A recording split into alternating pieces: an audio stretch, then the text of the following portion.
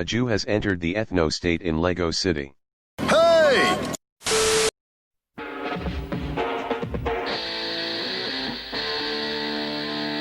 I'm sure just from that little drum segment and opening riff, almost everyone watching this video recognizes that song. But for the mongoloids in the back who don't, that is Owner of a Lonely Heart, one of the most successful and most well-known songs from extremely influential British progressive rock act Yes. One of my personal favorite bands of all time, Yes gained notoriety in the 70s with the release of classic albums such as the Yes album, Fragile, Close to the Edge, and Relayer. Owner of a Lonely Heart was a single off their 1983 record 90125, which saw the band heavily alter the sound they had in the 70s to the sound they would continue to use throughout the 80s and 90s. During this time period, Yes was pretty hit or miss, but when they missed,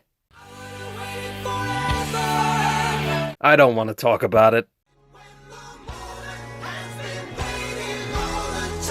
I really don't want to talk about it. Yes, while I absolutely love the latter, I'm about as fond of 80s and 90s Yes as Hannibal was of the Roman Republic. And on another note, I am also certain that most of you are aware of the 1985 hit song We Built This City from American rock band Starship. Starship was the third incarnation of a band by the name of Jefferson Airplane, with the previous incarnation before it being Jefferson Starship. It is often considered quite divisive, and it has appeared on a number of worst song lists in the past. Now, why am I comparing these two songs? Well, there's a number of reasons for this. 1, both were the first singles off of their respective albums. 2, both were massive changes in direction when compared to the previous work of both bands. 3, both were smash hits with both reaching number 1 on the Billboard Hot 100.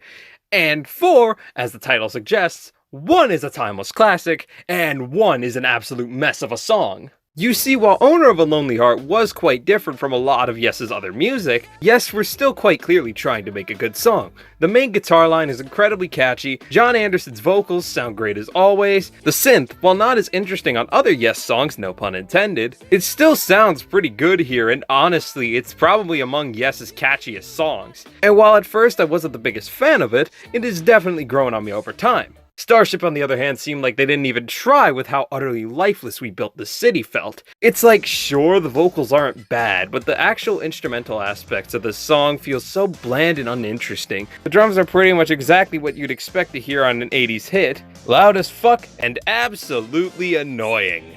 The bass line on the verses is quite grating, and the inclusion of the synthesizer is laughable at best. And getting back to the vocals, while they're not terrible, they still feel uninspired, and I'm not really a fan of Grace Slick's performance on this song, as I don't feel she sounds that great over this sort of instrumental.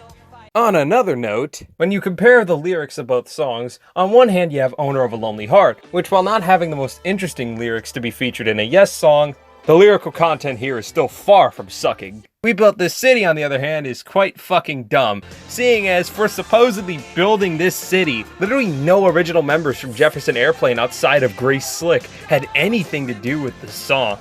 And then there's this line. Someone always playing corporation games. Who cares? They're always changing corporation names. Ah yes, this coming from Starship, Jefferson Airplane. You see my fucking point? Outside of that though, We Built This City just has lyrics that are laughable at best.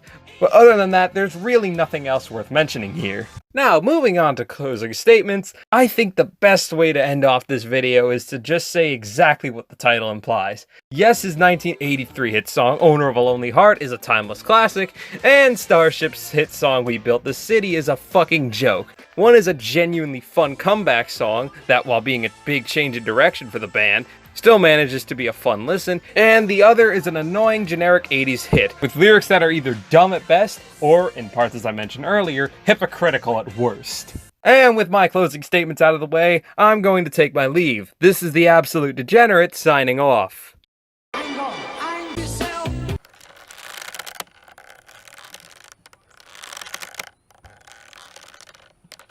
Maybe there's another way to do this. Just can't do it.